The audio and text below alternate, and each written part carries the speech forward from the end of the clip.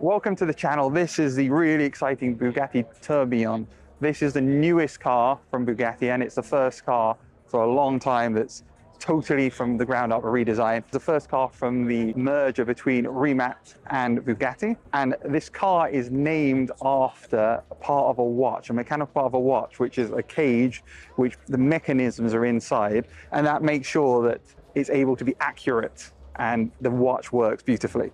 And that is very much part of the design ethos of this car, that when you look inside, it's all mechanical and it's timeless. And in the words of Ettore Bugatti himself, if it is a Bugatti, it has to be incomparable.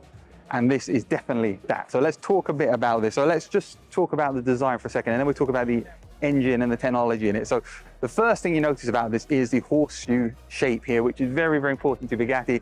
It's been in all the Bugattis, and it's very, very iconic, and that remains in the Tourbillon. You can see it, and it is really distinctive. The other thing you'll notice about this car is it's actually a lot more compact than maybe you would expect looking at the pictures. It's a very compact car.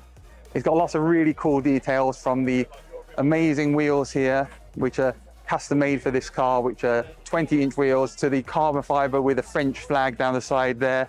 But this car is very, very special because it's not just a 1,000 horsepower plus Bugatti. It's the first hybrid Bugatti.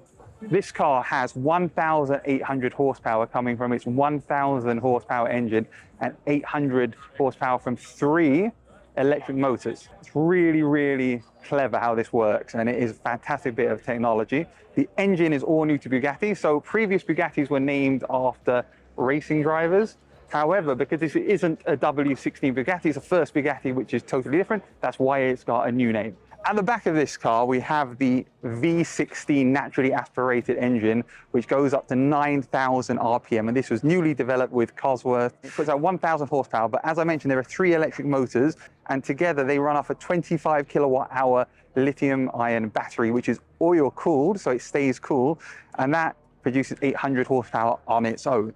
And this also means that as a hybrid, it can actually do up to around 30 miles in hybrid only mode. So you can turn on your Bugatti and you can drive in all electric mode without having to use the engine if you want to, which is very, very clever.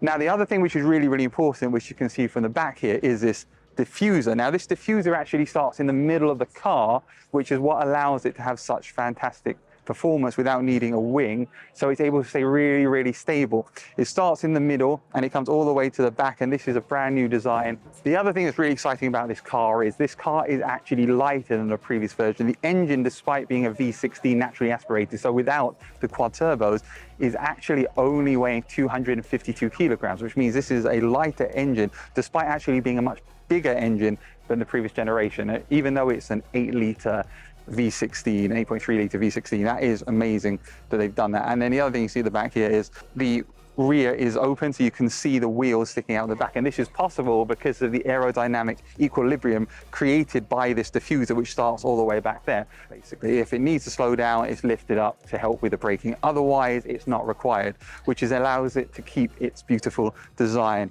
at the back of the car. The mechanical side of this car is all what's inside. So with the interior, there isn't any large digital screens. There is a hidden screen which will pop up if you want to use Android Auto, Apple CarPlay, but the interior includes all of the mechanical technology. So it's been designed working with a Swiss watchmaker to create the beautiful mechanical interior. And the steering wheel, when it moves, the center binnacle, which is all mechanical, stays exactly fixed. So the steering wheel moves around the center, which is very, very clever. And I love the design. And I think actually a lot of people who buy this car, I'm sure, are going to be big collectors of watches. So I think going for that design with the interior is a really clever idea. I really love what Bugatti have done with this car. I think it's very, very clever, using the latest technology, the combination of Rimac and Bugatti, to create a car which is a hybrid and also has that beautiful mechanical side to it. It's really a piece of art on wheels, but also, like any Bugatti, can go over 400 kilometers an hour and is very, very fast. And I'm really excited to see what this car is like when it starts hitting the roads